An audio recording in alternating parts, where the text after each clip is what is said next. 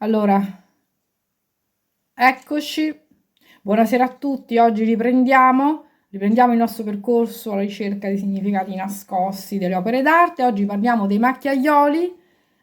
I macchiaioli rivoluzionarono la pittura grazie a una tecnica che, come suggerisce il termine, consiste in macchie di colore. Quindi la macchia è un modo per contestare quell'esecuzione accademica e romantica del dipingere. E quindi la tavolozza sicuramente è semplice, ci sono pochi colori, c'è una rapidità di esecuzione attraverso quindi delle macchie di colore, cioè delle campiture di diversa ampiezza che sono stese in modo omogeneo, in modo corposo, si restituisce la profondità, la naturalezza delle immagini, immagini dal vero. Quindi sulla scia del realismo francese anche in Italia c'è una rivoluzione pittorica portata avanti da appunto dai macchiaioli. Chi furono? Un gruppo di artisti che si affermò nella seconda metà dell'Ottocento a Firenze, un gruppo di artisti che si riunì appunto al Caffè Michelangelo e un gruppo di artisti che si affermò proprio nel periodo precedente all'Unità d'Italia, e quindi è chiaro che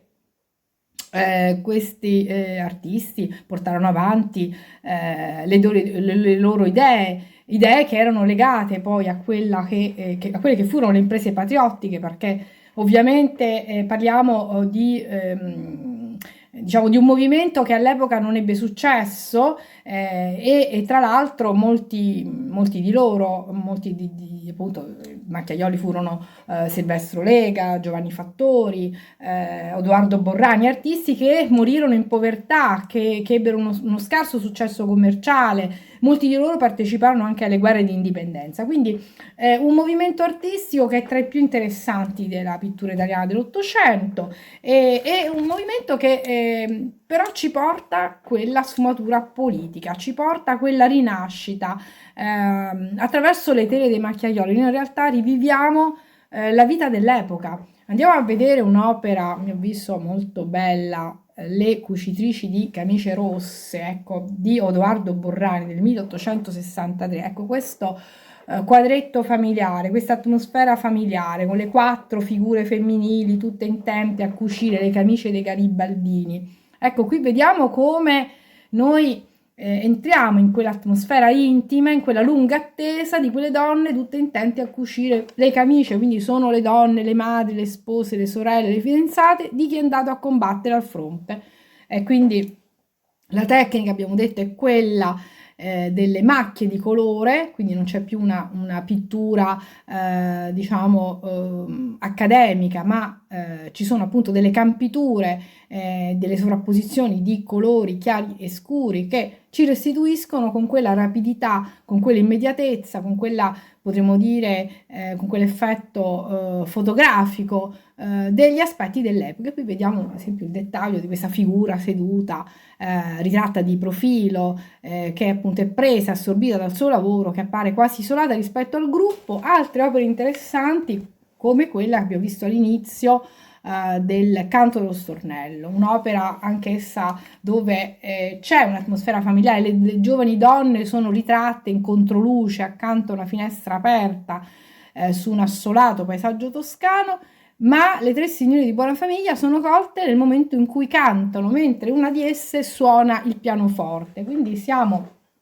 in realtà all'interno di un'opera che è ambientata nella villa della famiglia Batelli, è un'opera di Silvestro Lega, perché sembra che Silvestro Lega fu ospite a Firenze di questa famiglia. La signorina che suona è la Virginia Batelli, la maestra di musica che accompagna appunto le sorelle. E quindi è un'opera che ci riporta però alla pittura toscana del Quattrocento, ci sono dei chiari riferimenti, c'è questa scena che è chiusa dal pesante tendaggio, dalla finestra, dalla prospettiva del pavimento, e l'occhio dell'osservatore è invitato è condotto diciamo verso la fuga della prospettiva da quella tastiera del pianoforte. Quindi vedete come si entra in quella atmosfera dell'epoca. Altra opera importante è sicuramente il Pergolato di Silvestro Lega. Qui c'è proprio il rito del caffè quindi c'è in realtà il rito del dopo pranzo assolato, un giorno d'estate, questa domestica che avanza sulla destra con la caffettiera verso il pergolato, dove trovano appunto riparo diciamo, le signorine.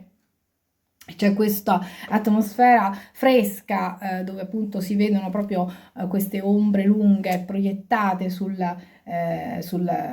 per terra, diciamo, e c'è un contrasto veramente forte tra quello che è l'atmosfera fresca, diciamo, del pergolato e quella che invece è la natura al di là, quindi questa atmosfera arsa dal sole e quindi ovviamente quest'afa, questa calura che incombono sulla campagna. Io direi che questa è veramente un'istantanea fotografica di un pomeriggio estivo sotto un pergolato, una pittura che anticipa quella degli impressionisti.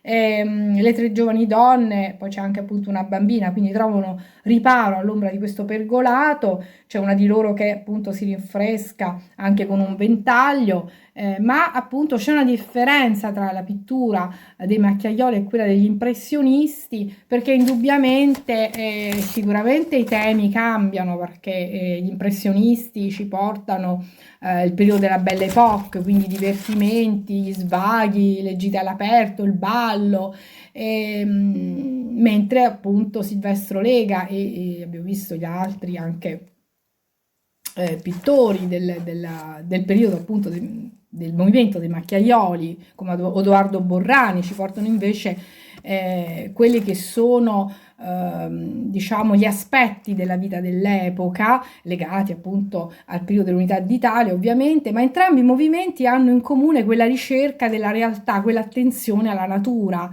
Nella pittura dei Macchiaioli forse c'è una certa solidità, ancora una staticità, e quindi è meno vibrante di quella che vedremo invece attraverso le tele degli impressionisti. Ecco, qui mi fermo, continueremo ancora il nostro percorso, seguiteci perché poi parleremo degli impressionisti. Per oggi è tutto, grazie.